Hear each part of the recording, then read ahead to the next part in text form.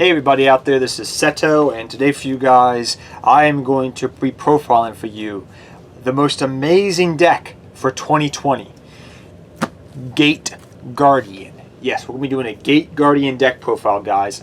I was going to try to rhyme and do, haikus, kind of like the Paradox Brothers, but I'm going to be honest with you, I cannot rhyme with Gate Guardian, and I can't do what the Paradox Brothers did. In their speech patterns. But if you guys want to know the history around me doing this deck profile, you can actually definitely go check out the Legendary Collection 1 opening that I did on about a month ago. If you go down to openings on the front page of my channel, you shall see it. But yeah, I pulled this out of there. Gate Guardian was one of the cards I pulled out of there. I pulled some amazing other cards out of there as well, but Gate Guardian was one of the most funnest ones to pull. And I made a promise to my friend and to myself that we are going to do a Gate Guardian deck profile. So that's what this deck profile is about. It's not meta, it's not amazing, but hopefully one day we do get Gate Guardian support. I'm surprised we haven't with all the other support we've gotten, but eventually, hopefully we do. So let's get into the deck profile. We'll talk about it. There's pretty much just one way to bring out Mr. Gate Guardian. Yeah, according to Yu-Gi-Oh! Here he is in a clash of Exodia. He is, you have to bring all the pieces together. He's kind of like Exodia in that aspect. But what's this card got going for him? Well, he's hard to bring out, and he's a 3,750 attack. Don't forget that 50 extra attack, man. It's so important. But this card can take down Blue Eyes, White Dragon. It can take down some powerful cards. But it's so dang hard to bring out. Oh my gosh. So to bring out Gate Guardian, guys, you have to have Suijin, Kazijin, and Sangha of Thunder to tribute to bring this guy out. Now, for that reason, we only run one of him because he can get kind of bricky. Also, there are ways to search out Gate Guardian in 2020. Yes, there is. So we only need one of him because he's technically searchable. And you don't want to run more than one because he can get bricky. So just one Gate Guardian. Next we run 3 Suijin. Suijin has decent effects, but he's pretty much out here to help Gate Guardian. We run 3 Sangha of the Thunder because he brings the thunder. And 3 Kazijin of the wind. So let's talk about these guys. What are some benefits of them? Well, they have decent effects, and I say that in quotation marks. But one of the nice things is they are all level 7. They all have similar levels, which means you can go for level 7 exceeds plays. That's one benefit. Second benefit is they have high defense and decent attack for the most part. We got 26, we got 25, and we got 24 attack. We got a 22 booty, we got a 22 booty, and we got a 24 booty. So pretty big defense. Even by today's standards, that's pretty big defense for some monsters. So pretty much how do you get these guys out is probably your second question. Those are the two main benefits. They're level 7s, they have high defense and attack. The benefit of these guys is the fact that you're probably going to have to bring them out by pendulum summoning them. If they were level 6, which I kind of wish they were, we could use things like the Monarch Stormforth to clear our opponent's board to bring these bad boys out. Alas, they are level 7. So that changes everything. So we have to use pendulum monsters. So we run 3 of each. You're pretty much going to be using them for link fodder and for exceed fodder and beat stick power, and also to bring out Gate Guardian. So that's pretty much what they're in here for. They do have decent effects. So for pendulum monsters, we run 3 Dragon Pit, which is going to be your high scale, and 2 Dragon Pulse. These are going to be your pendulum monsters. Now we do run cards to easily search them out. So we do run things like Pendulum Call, which allows you to search these guys out so you can easily go for your pendulum summoning by setting up your board. So you can easily just go, okay, I have my board set up, and just go. Drop your Suijin, your Kazijin, your Sangha of Thunder, and you can either go for an exceed play, a link play, do what you want to do very easily. So it's very easy to get this set up.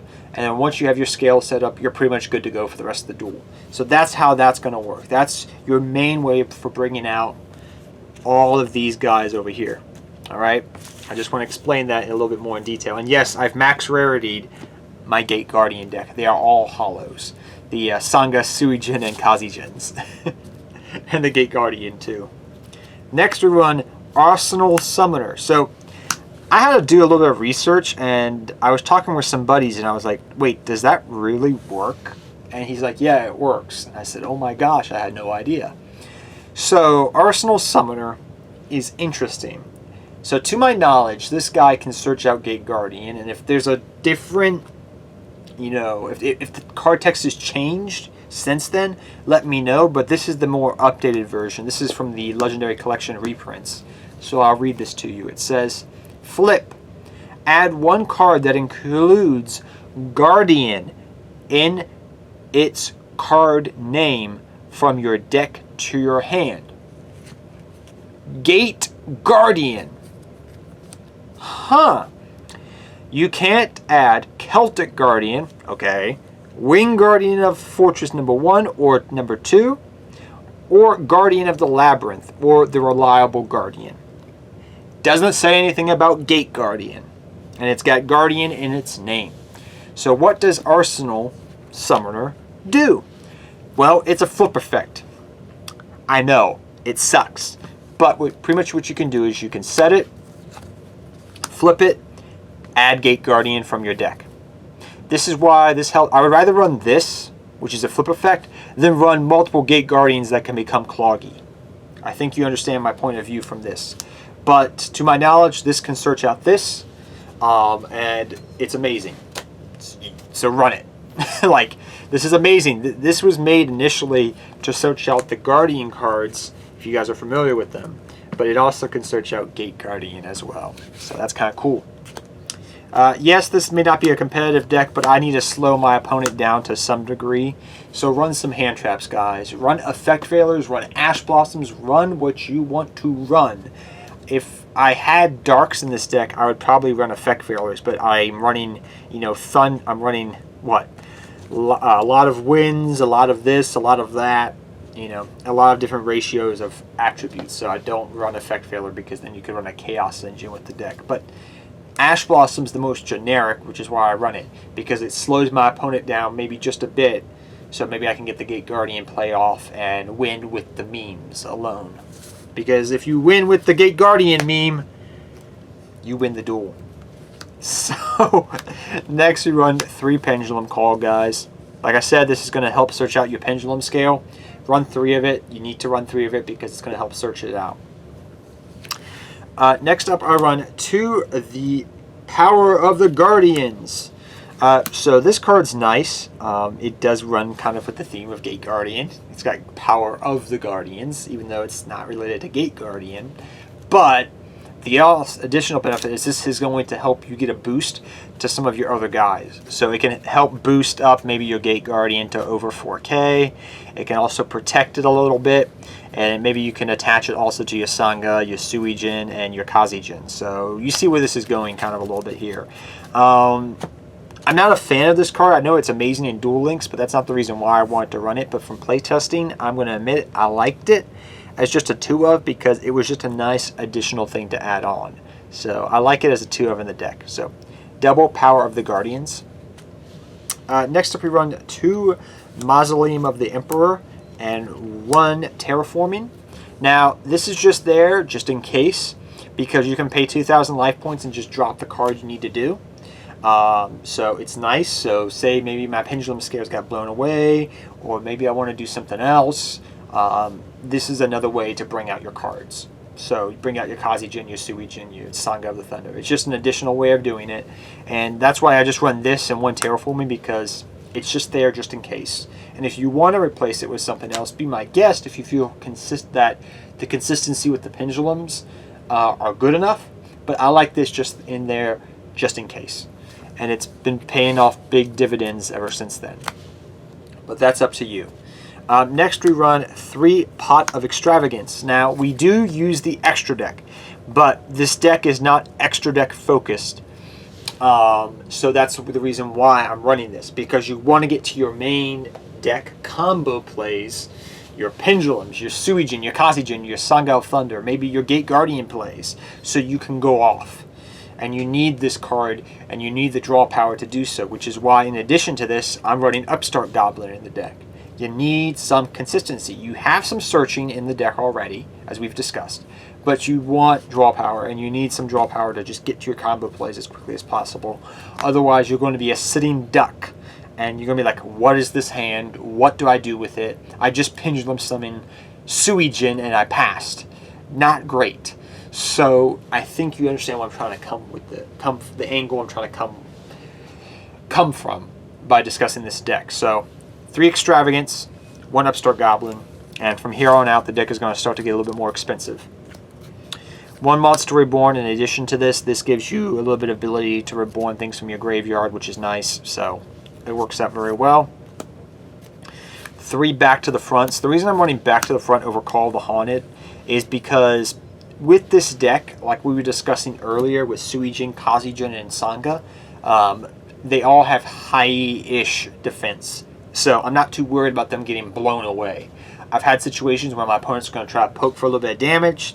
They've attacked with their big monster already. Back to the front, it blocks the attack.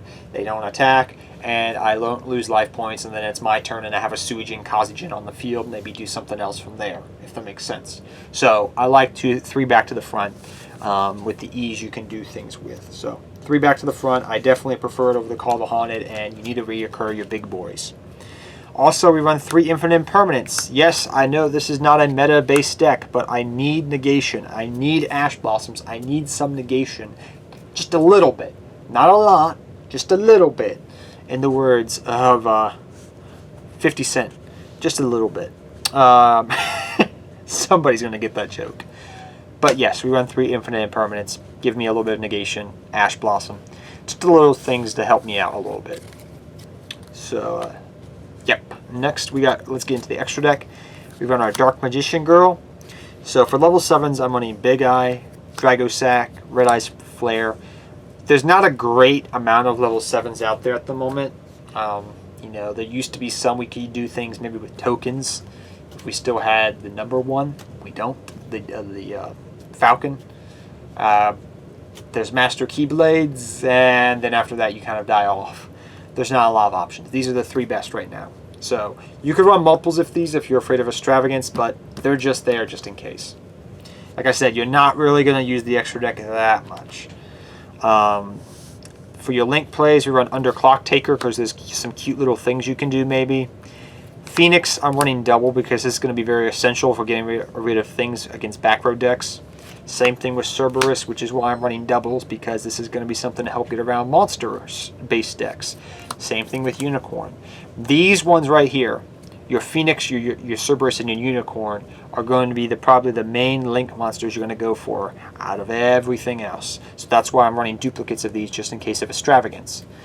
For level 3s, we're running also Blackluster Soldier of Chaos. It's just nice to have. You sometimes will go for it. Not a lot of the time, but just sometimes. So 1 of this. And then we also run Access Code Talker. We run Appaloosa. We run Boil Sword Dragon and Boil Low Dragon. Just generic level 4s that you can go for just in case. Because sometimes you will go for these. So they're there just in case, if you understand what I'm saying. And like I said, if you're concerned about maybe banishing some stuff, if you have double Appaloosa, double Access Code Talkers, maybe you want to run double of those. I see people run a lot of triples with Extravagance. I've never had that problem per se. Like I said, if you want to run double Big Eye, be my guest. It's up to you to decide how you want to construct the extra deck. But from playtesting, I don't really go for it. The main things I found from playtesting before I started running Extravagance, when I was running Extravagance and testing, was Unicorn, Cerberus, and Phoenix, which I run double of, because everything else I wasn't really running into that much. So that's up to you to decide how you want to proceed forward, like I discussed earlier. But I hope you all enjoyed this deck profile. Like I said, this deck was it was interesting, I'll say that, to build. I really enjoyed it a lot. Sorry, I'm trying to find something here. But it was a fun deck to build, guys. Like, it was very interesting. It's one of those decks that I've put off for ages. I've always wanted to build a Gate Guardian deck, but I just never had a shiny Gate Guardian card. And I was going to run multiple Gate Guardians, but from playtesting, that's not something you want to do. Like I said, with Mausoleum of the Emperor, you can play around with those 3 cards right there in case you don't want to run field spells. Maybe you want to run something else. That's perfectly fine. But the deck functions more decently than you would think in a casual setting. I would definitely not take it against Tier 2, Tier 1 base decks. You will get slaughtered. But against fun-based decks, or if you're just trying to teach your brother how to play Yu-Gi-Oh! Or just have a fun joke with a friend and be like, hey, dude, you think you can summon your Sphinx monsters? Watch me summon my Gate Guardian. You'll have a lot of fun doing that. So it's a fun deck, so enjoy it for that reason. So till next time, guys, take care. Have fun dueling. Good luck dueling. I'll see you guys next time. And beware twin brothers named Para and Dox. Take care, everybody.